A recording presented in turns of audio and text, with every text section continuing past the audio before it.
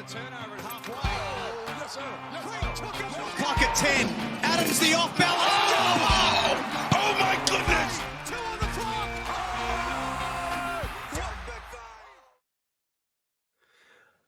Alrighty guys, and welcome back to the Basketball Fix podcast. Now on today's episode, we're going to be continuing on with our NBL SuperCoach episodes as well. And we're looking super excited and I guess forward to the start of the season just around the corner. Now, as always, I'm joined by Jeremy Darke. How are you going, mate? And what's it been like? Because it's been a pretty busy last week or so trying to figure out these SuperCoach teams, hasn't it, mate? Yeah, absolutely. There's been a lot of action going on, all this preseason stuff, just to make things even more confusing than it already was before we started. Like we sort of mentioned in our Beyond the Buzzer podcast, it's really, really tough with SuperCoach and even, which teams are going to do good and do bad, because there's a lot of sort of luring statistics out there that make it really difficult, because I think you can certainly think that we're going to have got your team set and then someone pulls out a big score or someone's an absolute dud and you're just not quite sure if that's the true them or not. So I don't know. It's been really exciting. Heaps of changes. Changed my team 150 times during the Blitz easily. And there's probably another few to go before we even start the season in a couple of days. Yeah, definitely. I think I'm on the same bandwagon as you there, mate. I've changed my team a number of times, I think, and I've even changed it a number of times as well, even just today or before we've even jumped on this afternoon. And there's a couple of big decisions and big calls, I guess, that are coming up as well, which we're going to have to kind of discuss tonight. Now, the whole basis of today's show is giving a little bit of a thought, I guess, about the preseason Blitz competition and some of our thoughts after a few games were played and all that sort of good stuff as well. And then we're going to be touching on some of the best players, some of the worst players. We're going to show you guys what our teams are currently right now, a couple of days before the NBL season kicks off. And then just a couple of the strategies that we've been looking at as well. Now, NBL Blitz was quite competitive, I think, as well. There are a few guys that I guess quite shocked me in a way that played a lot better than I thought. And there are obviously a couple of disappointing players as well. But it's always a very interesting one for the preseason because you don't know how far or how much to read into, I guess, certain things. I think the one thing you can look at, I guess, is rotations and obviously how many minutes certain players are playing. But even that, to a certain extent, you can't really look too far into it. But what were some of your takeaways from some particular teams, some players, Jez? Because it was, I guess, opening some eyes in some senses, but it was also, I guess, some questions left unanswered as well. Yeah, absolutely. Like I think the games that I watched, I was really just trying to focus on more on who was on the court at the same time together, because you obviously know there is definitely some key starters, guys that are going to play big minutes. And what I was sort of looking at mostly was, okay, well, who's been playing with them? Who's in a similar rotation with them? Like almost putting your first team on and then your second team on after. So we're trying to sort of get a bit of a feel like that. Obviously, it doesn't work 100%, but that's what I was sort of looking at. Obviously, we saw when it comes to the Blitz, Tasmania, where you may as well just wipe out all of their games, because like for them and also for their opposition, because you don't really know sort of what their opposition were going to do, because they didn't put any effort into those two Blitz games. They were more focused on the Intercontinental Cup that followed. So those games were a bit of a write-off. I think we saw some really, really big scores from Southeast Melbourne and Adelaide. They're definitely showing that they are two offensive teams this year, and you can be looking at some pretty high offensive stats from them, which obviously helps in SuperCoach because it's definitely leaned towards those offensive statistics with points, rebounds, assists. And then obviously, you get some good points for steals and blocks, but I think for those players, you get a pretty good base if you know that they're at least going to put up big points, even if they lose by 30, but 120 to 90 in a game is still a belting, but they're still scoring 90 points each game. So I think that sort of gave us a pretty good idea. And obviously, Melbourne and are definitely going to be a strong defensive team once again. So you got to sort of look at your matchups from a week to week when you're going up against Melbourne and likely Tasmania in the end, that you're obviously not going to get those offensive stats there. So, it was really, really interesting and some really big performances, which we'll go into very shortly on an individual basis and SuperCoach basis.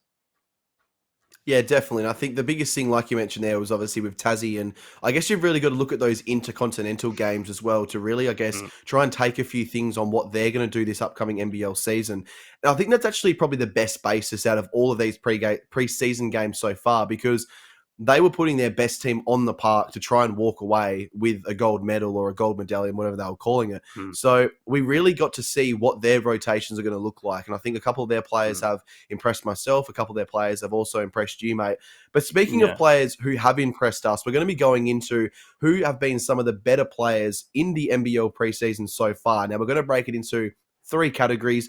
We've each got some of our own standout performers that we've really liked in the NBL preseason, a couple of unexpected breakout players as well, or some value guys, and then a couple of the rookies that we've really liked as well, who have impressed us as well. So I'm going to get it started with you, Jez. Who have been some of the standout performers for you in the NBL preseason so far? Yeah, I've got a couple of names, but I think when we're talking about these categories, a lot of them almost blend into each other somewhere because you've got some really, really big standout performers, but they're not going to come up maybe right in this first category. They'll come up a little bit later because they might have been a little bit unexpected or cheapies that have performed really, really well. But I think for me first, my standout performer was Jack White. There's been a lot of expectation on Jack White. He put up some really, really good SuperCoach scores, a 27, a 36, and a 43. So you can see obviously the potential there that he's going to live up to that potential. And you should see him get some pretty decent minutes that should represent the minutes that he got in some of these games in the Blitz. So he was definitely my number one guy and a lock, especially with the season starting the way it is with their double game weeks. I think in week 2 and 3 or 3 and 4, somewhere there. Two and So I three. think Yep. he's definitely got to be there right from the start. And then my next guy was a little bit of a late entry in Darius Days. So he came in, missed for the first game for Illawarra, and then sort of exploded onto the scene. Really, he had 21 points in his first game, very first sort of run. Just must have been a week after he joined the team, and then came out and put up a 38 in his third or second game, but Illawarra's third game, and from 31 minutes. So if you're looking at a points per minute aspect, the first game he played 21 and scored 21 points. Second game he played 31 minutes and scored 38 points. So he's going to get a lot of action, and it's all round. Like, you don't want to obviously just be getting scorers. He was getting assists and rebounds and getting a few blocks and steals in there as well. So they're the type of players that when you're looking at pure locks, they're the ones you want because you're not relying just on their scoring. If they have a bad game, they're still going to get some of these assists and get some sort of blocks and defensive stats as well. So I think he's up there as one of my locks as well. Yeah, I do obviously agree that as well. And the Darius Days ones, he played against Perth and Melbourne United as well. So I know it's still only preseason. I still understand that. But they're two quality outfits that, he has played against as well in his NBL debuts as well. And I'm not 100% certain if he's a lock or not right now, purely based around the schedule, I think, at the moment, because they obviously play a single game week this first week, then a double next week, but then they have 3 singles after that. That's my only question right now, but I've definitely flirted with the idea of him coming into my team because, like I said on Higgins Hot Takes early on in the week, he is the most exciting player on the Illawarra Hawks team, and I definitely think he's got a massive chance of being better than Gary Clark was last year, which is outstanding, I guess, or outrageous to even sort of say this early on, but he's only been, I guess, with the team for 2 weeks so far. But a couple of my standout performers, I'm going to touch on a guy who we're probably going to touch on a little bit later on in terms of, do we keep him in the team? Do we get rid of him? What do we do with him? This is incredible, blah, blah, blah. But Bryce Cotton. So priced at $448,000, which is a massive chunk of your $2 million salary cap. Let's just look at some of these SuperCoach performances games. Now, game 1, he had a 48 SuperCoach point game, which is absolutely ridiculous. And in the second game was a little bit disappointing. And I think this is where, in a way, I would sort of recommend to some people to stay away because he can get locked down. But I don't think the competitive juices were flowing too much, though, in the preseason as well. So I think when the season kicks over, when they do play Tasmania next time, and this was against Tasmania, and Mr. Hickey obviously, I guess, was up in his grill all day. But I just think he's going to realistically have a more chip on his shoulder to get over the top of these guys, especially because we've seen what's happened in recent history. They've had these number over the last couple of matchups as well. So I think he's a guy that I'm really looking at, and I think he was a massive standout performer. He averaged 22.2 points per game and was really, really dominant as well. But I think the biggest thing with him is we still know whose team it is in Perth. It's Bryce Cotton's team still, and we know he's going to have the ball in his hands. I think with the amount of scoring around him as well, we're going to see those assist numbers pump up a little bit because we have seen over the journey with Bryce Cotton, he's been a guy who's probably scored between, let's just say 16 and 20 and 25 points per game. But there has been games where he's been around the 10 to 12 point mark, but he may have 10 to 12 points, but he's pushing like this 8 to 10 assists per game as well. So I think he just does everything so damning. And I think he's such an incredible player. So he's one guy that has really stood out for me.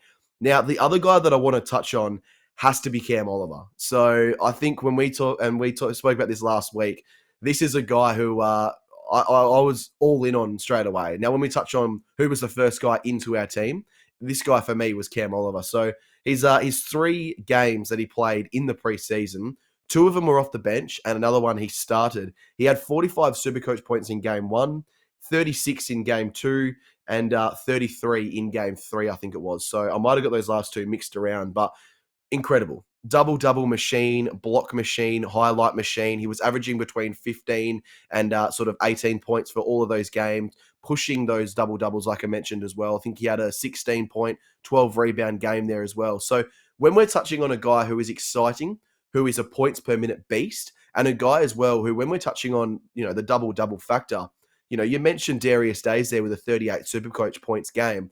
He got 5 additional points for getting that double in his game as well. So, when we're looking at that, it's a massive factor in terms of trying to get these guys in who are not just going to be great scorers, but great rebounders or great playmakers as well, to be looking for that double sort of bonus or the triple-double bonus as well. So in terms of in Cam Oliver, I wrote next to his name, lock.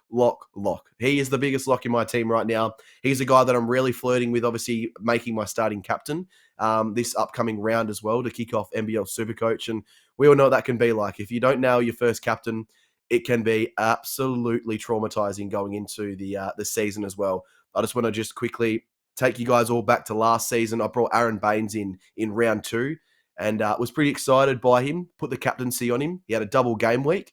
He gave me 13 points in 2 games and I had to captain him as well. So that is how disappointing sometimes it can be as a guy who's bringing these guys to be captains as well. But Jez, have you got any thoughts on obviously some of the standout players that I've picked? Yeah, definitely Bryce Cotton's performance. That first performance where he put up those huge points was basically Perth were in a hole in the 4th quarter and out came Bryce. The Bryce we all know and love. And he put up a whole heap of points in that 4th quarter and even got a couple of steals in there as well. So he turned the game and Perth won. And that's obviously why that score exploded. So he was dormant until he needed to be and then took control of the game as he did and put up a massive score for Perth and for SuperCoach. No, definitely. Now, we're going to be quickly touching on who has been the most unexpected breakout player so far for us in the preseason. Now, I just want to hear one player from yourself, Jez. I'm going to kick it off first, though. The one guy, I guess, that was a little bit more surprising for me was Isaiah Leartha. So he's a 184K. Now, a reasonable price. It's one of those ones where it's pretty tough because you probably want to leave him on a bench, but there's obviously a massive chance of him starting.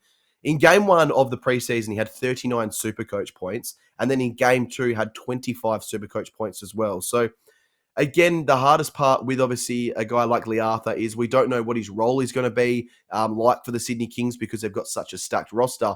But if he is going to have a really solid output when he is on the court, I can't see Brian Goorjian not playing him as well going throughout the season. So he's a guy who really, I guess, caught my eye and a guy who I've been trying to get into my team as that backup bench player just because of obviously the point scoring that he did have in the preseason, but obviously the schedule coming up as well. So they've got a lot of double game weeks to start the season.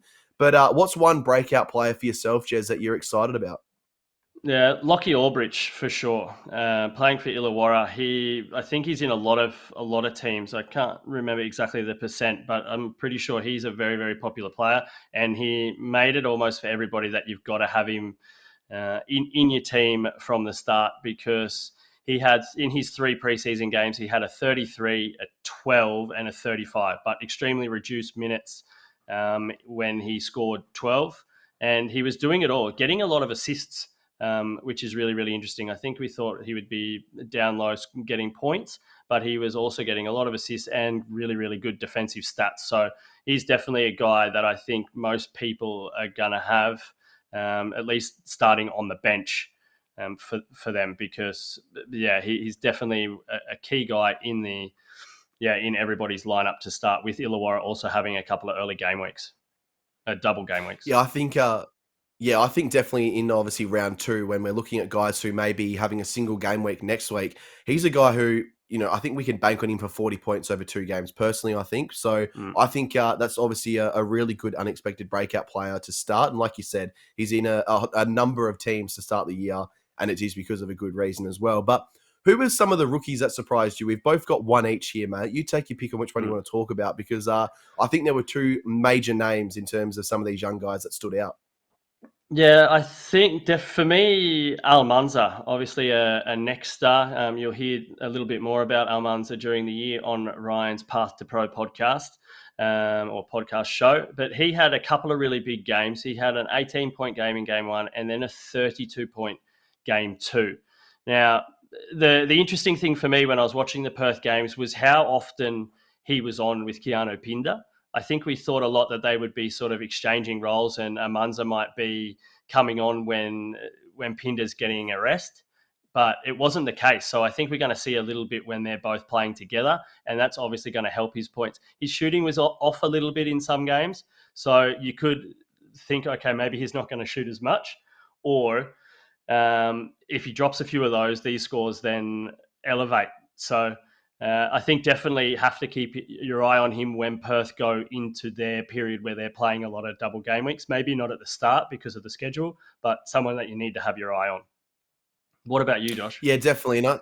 Yeah, I think the other one for me obviously was Alex Tui. I think he was a guy who was really impressive. He missed the first game of the Blitz and then came out in game 2, had 33 SuperCoach points, and then backed that up with a 30 SuperCoach point game as well. So I think personally he is the guy who is going to start for the Sydney Kings as that sort of, I guess, small forward or shooting guard position for them, because he brings so much to the offensive end, and he's a really good defender as well because of his size and his quickness as well. So I think Brian Goorjian has got a massive tool there to be able to use. And again, with their schedulizer, obviously they've got that single game week to start it off, but then they go double game week, single game week, double game week, single game week, and then 2 double game weeks after that before 2 single weeks. So to start the season, that is a major, major boost in terms of some of the points that you're going to get.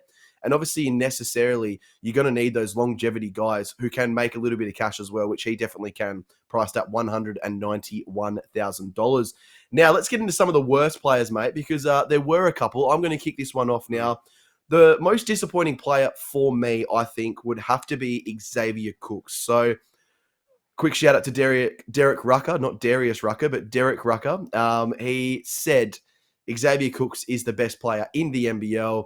And obviously, we've seen that not to be the case.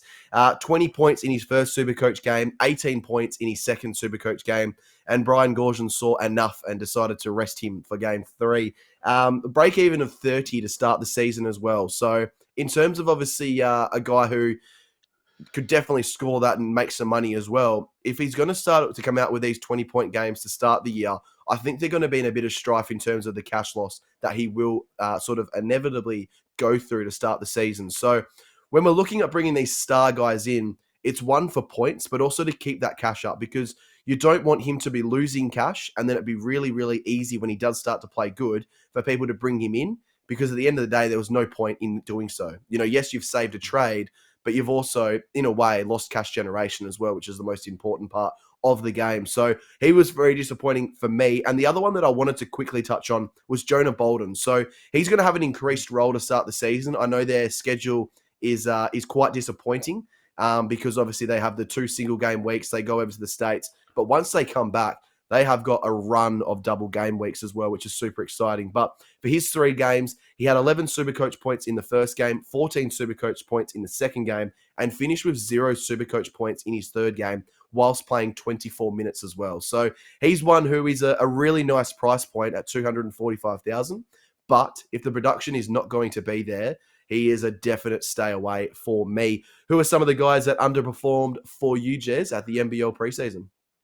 Yeah, for me, first of all, I have to say my boy Trey Kell. I had in all of our preseason shows, I thought Trey Kell would come to Illawarra and he would be the number one guy, and he's going to see a lot of ball, put up a lot of points, be very, very active in the offense, and that absolutely was not the case in the preseason, at least.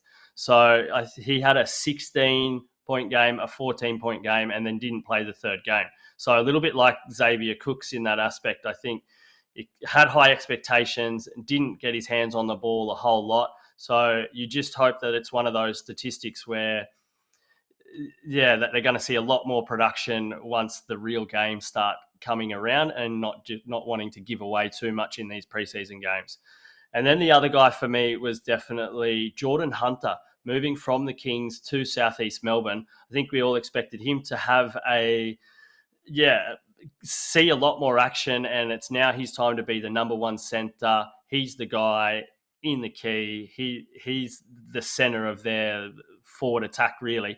And he pretty much just put up the same sort of numbers that he put up in Sydney. So he had a 28, an 8, and a 23.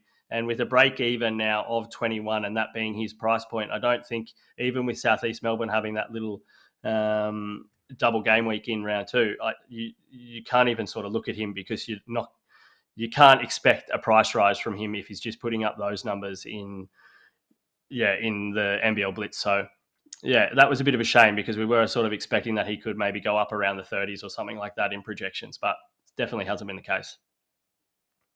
Yeah, the Trey Kell one interests me a little bit. And I remember saying to you guys early on, I was a bit wary of Trey Kell. I think if it was at Adelaide again, and even just under the same system, I would have been lock and go realistically, because they've got a good run to start the year and all that sort of stuff as well. But coming over to Illawarra, I just wasn't sure what his role is going to be. Now, I'm just going to mention a couple of guys here quickly before we go on to showing you how our teams are looking currently. Now, there's obviously a couple of players with a few injury concerns as well. So Taron Armstrong's the biggest one. I think he was a real value pick for a lot of people to start the NBL season, with obviously their single, double sort of start to the year over their first 4 rounds. He's going to be unavailable until they say the end of round 3, so starting into round 4, which is a massive loss for them. Jackson McCoy would have been the backup for him 100%. He obviously got done with a DUI charge, obviously, and will miss the first 2 weeks. Priced at 58K, was looking like a really, really strong backup for them as well. And then to make matters worse, their backup point guard, in a sense, Kyle Adnam, is now unavailable for round 1 as well. So they've got a real big hole there to replace the Cairns Taipans in terms of what they're going to do. And then obviously a couple of other ones that surprised me in terms of some reduced minutes and maybe even roles as well. Was obviously the interesting one of Marcus Lee and Rob Lowe as well. So who's the guy that starts? How's it going to work out minutes rotation? Does Kyle Bowen even come into that center rotation in a sense as well?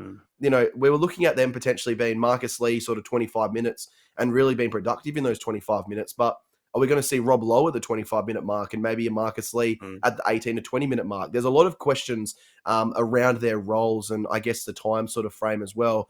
Quickly, one more name in terms of, you know, another player for yourself, Jez, Elijah Pepper and the Perth Wildcats. What are some of your thoughts on obviously Elijah and how the I guess their rotation's looking? Yeah, I think in our initial teams, we both sort of had Elijah Pepper in there, and then once the preseason come out, it was pretty much. I'm pretty sure you have Ben Henschel in your team as well.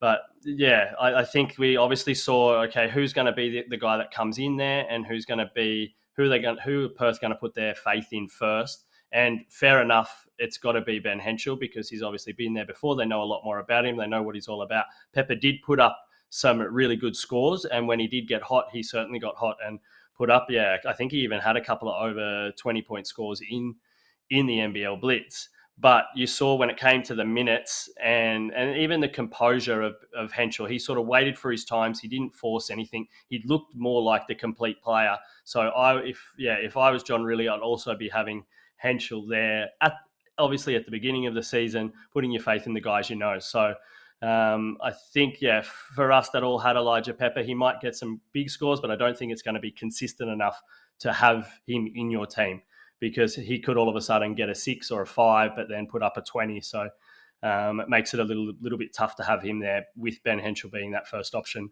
off the bench.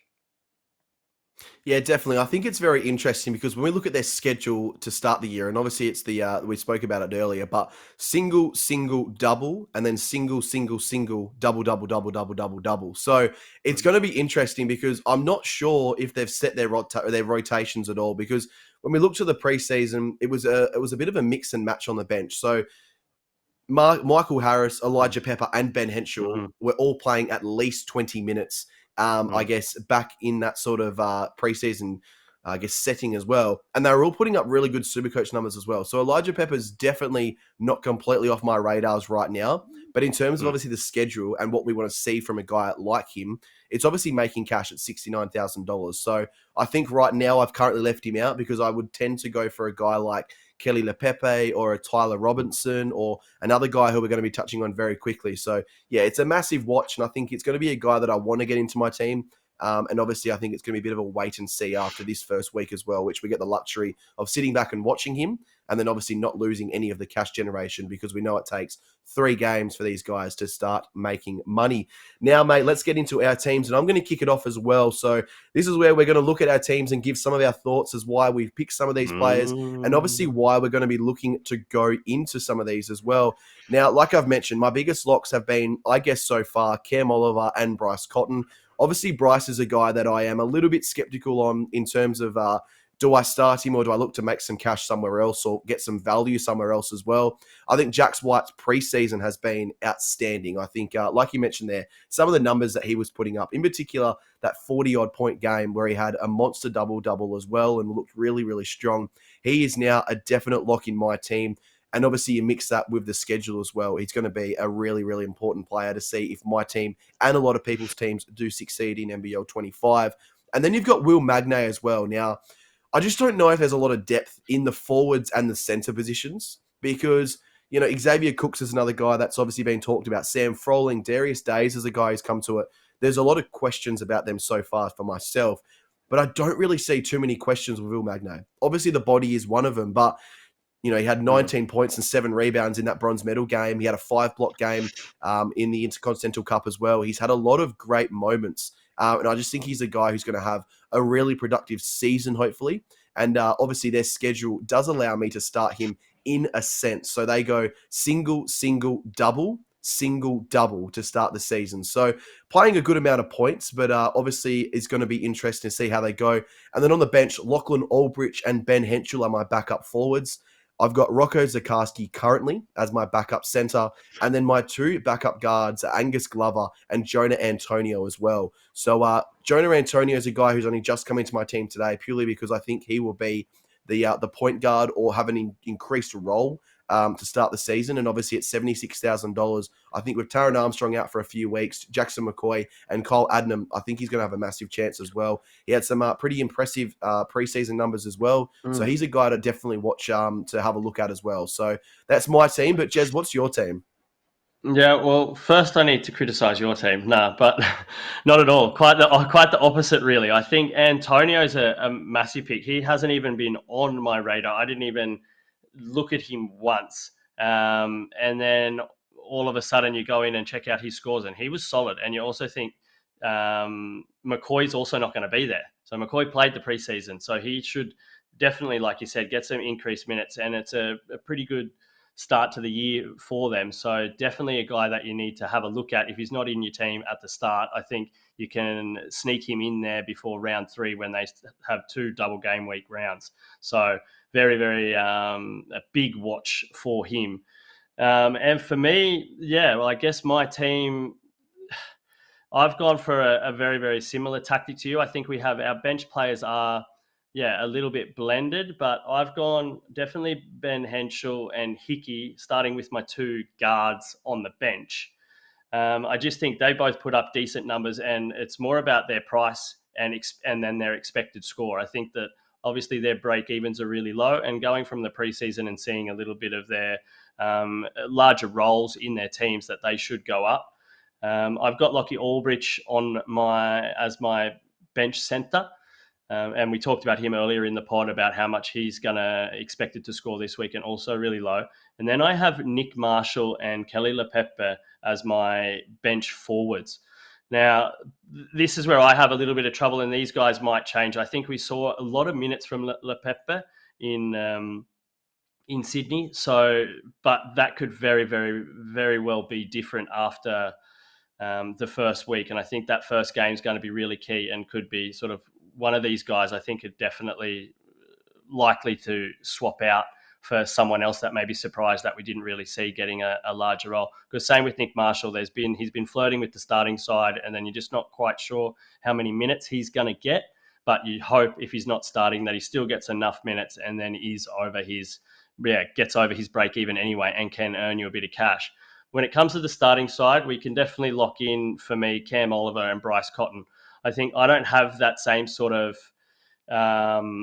reservations about Bryce, especially in week one, just because they're going up against Southeast Melbourne, and I think we can expect a huge score from him. So you're going to be really disappointed if you put your captain on, say, Cam Oliver or Jack White, and they score, 25-30, and Bryce goes big against Southeast Melbourne, who have shown that they're all about scoring and not about defense so much, and he pops a 45-50.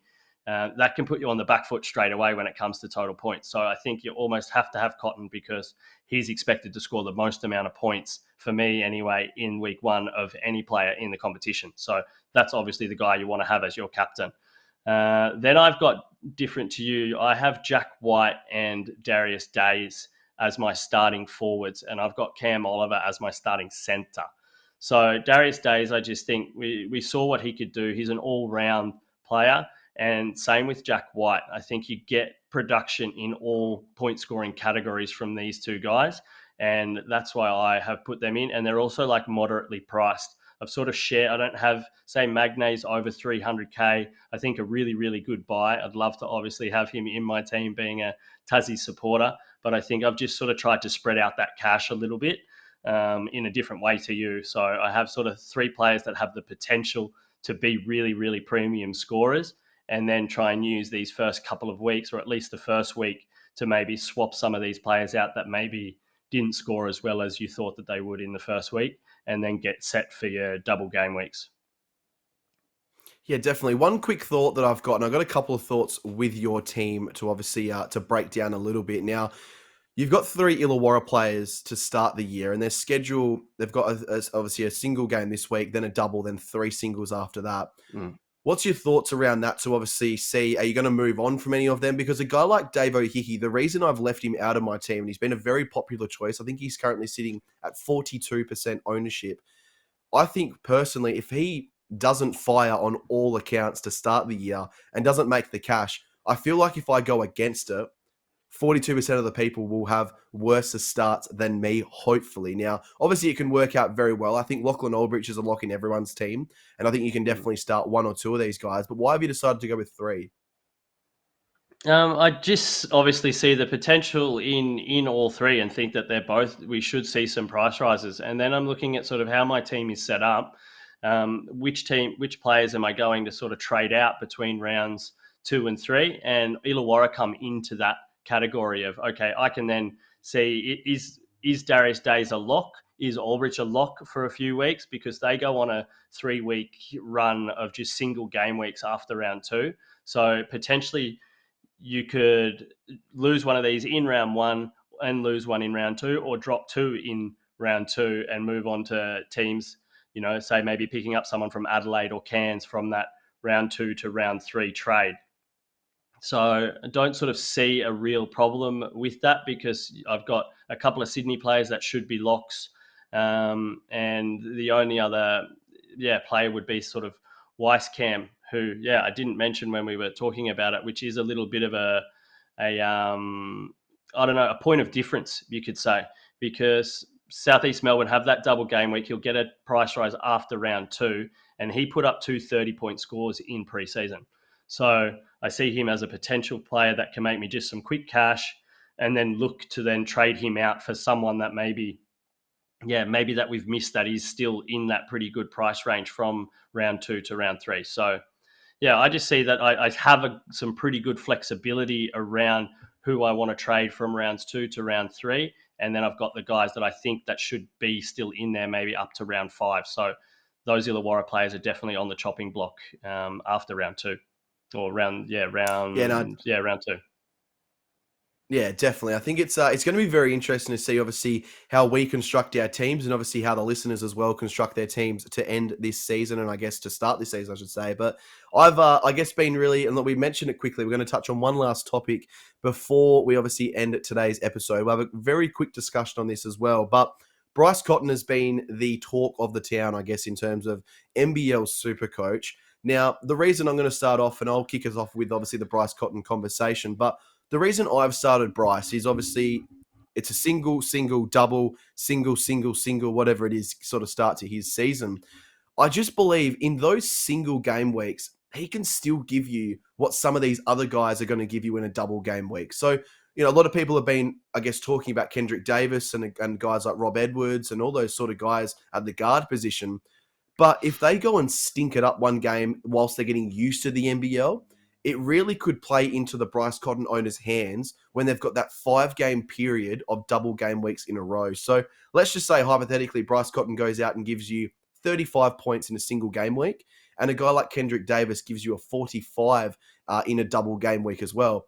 Kendrick Davis won't make too much money because he's only really given you 22.5 SuperCoach points in that particular game, and you're also saving yourself a trade in terms of having Bryce Cotton to start the season. So I'm trying to convince myself by having this conversation to you right now, Jez, because I want to see my boy in my team. But what are some of your thoughts, I guess, about the Bryce Cotton discussion? Yeah, well, I just sort of mentioned, I think at least you can have him in there until the end of round 3, and then you get a really good feel of what's going to happen and the makeup of some of these other guys, other imports that we're not quite sure about. So I think you have time. Like round 1 and round 2, yeah, he's going to put up some big points. Like I said, expect him to go huge in round 1, worth keeping him around for round 2. And then after round 3, you have a much better read on anybody else, and you can move on from him for 3 weeks and then get him in before they have that massive stretch of double game weeks again.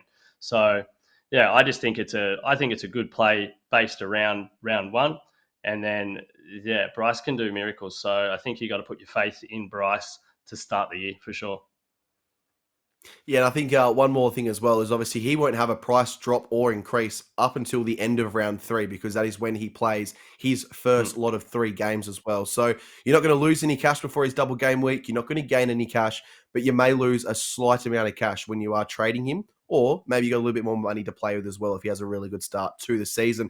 Now, that is going to wrap up today's episode and touching on NBL SuperCoach sessions with myself and Jez as well. Now, this is going to be a weekly thing going forward to obviously finish off and, I guess, complete the NBL SuperCoach season as well. Now, if you want to join and get involved with us, obviously go and check out our league as well. So the league code for us is 529777. Just repeating that, 529777. So get involved. It's an open league sort of invitation. And obviously we want to see who is the best basketball fix SuperCoach community member, I guess, as well. So it's going to be very, very interesting to see how you guys all go, obviously how we go as well. And we're looking forward to obviously covering the NBL SuperCoach world with you guys as well. We're looking forward to obviously the other content that we are producing as well. We've obviously got our weekly show, Beyond the Buzzer, that's coming out every single week in terms of breaking down and reacting the games from the week before and looking ahead to the week ahead. We've also got our Path to Pro series, which is an NBL Next Stars sort of series that Ryan does as well, taking you, I guess, in a bit in depth in terms of what they're doing, how they're going, and what their draft stocks are looking like as well. We've got the one-on-one player interviews, and just so much content is coming out on the Basketball Fix as well, at our podcast streaming services and at our website as well, www.thebasketballfix.com. But that wraps up today's episode. We hope you've enjoyed it, and we hope you've got your basketball fix. Which stars come to play? He's the biggest of them all. Step back, 4-3. Phoenix force a turnover at halfway. Yes, sir. Yes, sir. Clock at 10. Adams the off balance.